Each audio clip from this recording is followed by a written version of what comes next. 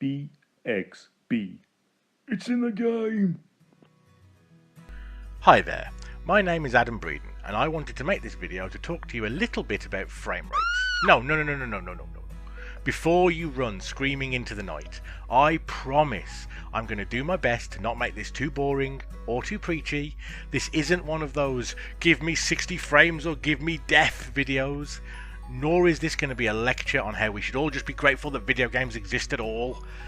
I just want to try and explain some basic facts about video game frame rate because, well, to be honest, because I'm pretty sick now of having to read these ignorant posts from both sides of the eternal frame rate war that don't know their VSync from a partial frame and don't know what they're talking about. Maybe I can do something to just raise the level of understanding a notch. Now that means I do have to do a boring disclaimer bit first, so here goes. I am by no means an expert on this stuff, and some of the explanations I'm about to employ are probably not strictly accurate because the reality of how video games really work is so maddeningly complex that if you try to understand it for even a second, you will go insane. There are genuine experts out there, you should listen to them over me. If you work in professional development already, you don't need to watch this video and try and cash me out on a technicality. Get on with some work. Right, so let's talk about frame rates. When you think of a modern video game, you tend to imagine a coherent, continuous experience in which everything is happening smoothly in real time. However, this is a clever lie created by devious machinery that seeks to deceive you at every moment. In reality, all games are turn-based, even if the majority of them don't wait for you to decide what to do on each turn and tend to resolve about 60 turns a second. These turns are called frames, and just like the scenes of a movie, each one only makes sense if you've seen the one that came before it. Now, you might say, but I can pop out of a room any time during a film, and if I've missed something really important, I still soon figure out what I've missed, and it's all fine. And that's true, because you are a human being, which means you are incredibly smart. Computers are not incredibly smart. Computers are incredibly dumb. Computers are like your parents, in that if they miss something, even something really minor, they will just sit there and ask a million questions until you go mad. Who's that? What's he wearing a different jacket for now? Where's the other one gone? What's going on here? How am I supposed to know that? Who's the man? Anyway, you probably already know how frames work, so let's get a little bit more technical. In order to keep these frames flowing at a nice smooth 60 frames a second, a game has to resolve each of these frames in just a little over 16 milliseconds.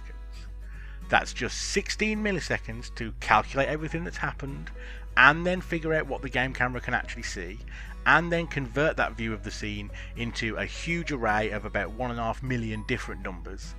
Your computer then stores that in a little separate part of memory that we call the video buffer, and it sits there ready to be sent to your TV or monitor. When you really think about it, the amount of work that's going on just to display this crappy video, it's kind of mind-boggling. But that's fine, because whilst modern computers are dumb, they are also blisteringly fast, and so most games can do that no problem.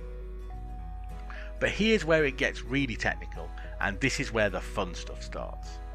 Your computer can't just send a frame whenever it's finished, because that's not how monitors work. Monitors are even dumber than computers.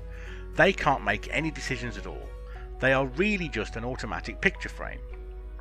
Every so often, your monitor grabs whatever is in the video buffer and just bungs it up on screen. How often your monitor does this is called its refresh rate. The monitor I'm using right now has a refresh rate of 60 Hz, and that means my monitor fetches a new picture 60 times every second. So that all works out rather nicely, doesn't it? Every 16 milliseconds my monitor comes and grabs the latest frame from the video buffer, at the same time my computer is getting the next one ready, and this is all happening in the same time scale. Everything is ticking over 60 times a second. But there is a potential problem to consider. What if a frame turns out to be quite an easy one to build, and my computer has it ready sooner? Let's say my computer gets it ready after just 10 milliseconds. Well, we know that frame's not going to be fetched for another 6 milliseconds. So what does my computer do? Well, do you remember I said computers were really dumb? Here's the thing. If nothing steps in to stop it, my computer will just start building the next frame straight away. And it builds these frames line by line. And that means that by the time the monitor grabs what's in the video buffer, it's fetching this freakish half and half frame.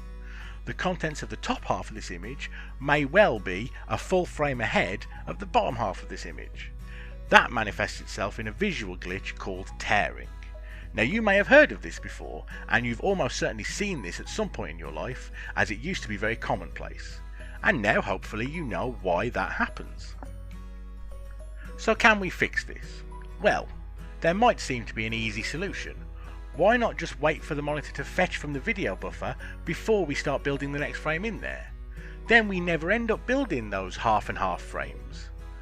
That would work. We can build each frame somewhere else in memory and just hold on to it there, and only move it across to the video buffer after the monitor has just fetched the previous frame. Now if this is the solution you're thinking of, then congratulations, because you just invented VSync. Unfortunately, that does mean that probably half the PC gamers in the world now want to kill you though. The problem with VSync is this. Imagine we have the opposite problem as the one we had before. Our frame is incredibly complicated to build this time. There's all kinds of crazy explosions and there's complex physics happening, and we don't get it built within the 16 milliseconds. Let's say it takes 20 to build instead. After that first 16 milliseconds, the monitor is going to come looking for its next frame. But we don't have a new frame to give it, and we can't give it our half-finished frame because we haven't put it in the video buffer yet. In some ways that's okay. The monitor will just grab the last frame again, as that's still in the video buffer waiting to go. But then 4 milliseconds later, our new frame is finally finished. We pass it into the buffer, but now it has to sit there for another 12 milliseconds before the monitor finally fetches it. Even though we actually built that frame in just 20 milliseconds, it took 32 milliseconds to actually reach the screen. The consequence of this is that our frame rate drop is greatly exaggerated. If we were truly displaying a new frame every 20 milliseconds, we would actually be chugging along at a relatively respectable 50 frames a second. That's not 60, but it's not too bad. But that's not what's happening. The monitor is updating its picture 60 times every second, but we only have a new picture to give it every other time it comes to fetch. This means the actual rate at which the frame is updating is, well, you've probably guessed it. It is a measly, unacceptable, intolerable, disgusting and disgraceful 30 frames a second! And if you didn't understand how VSync worked, that would seem like a huge difference.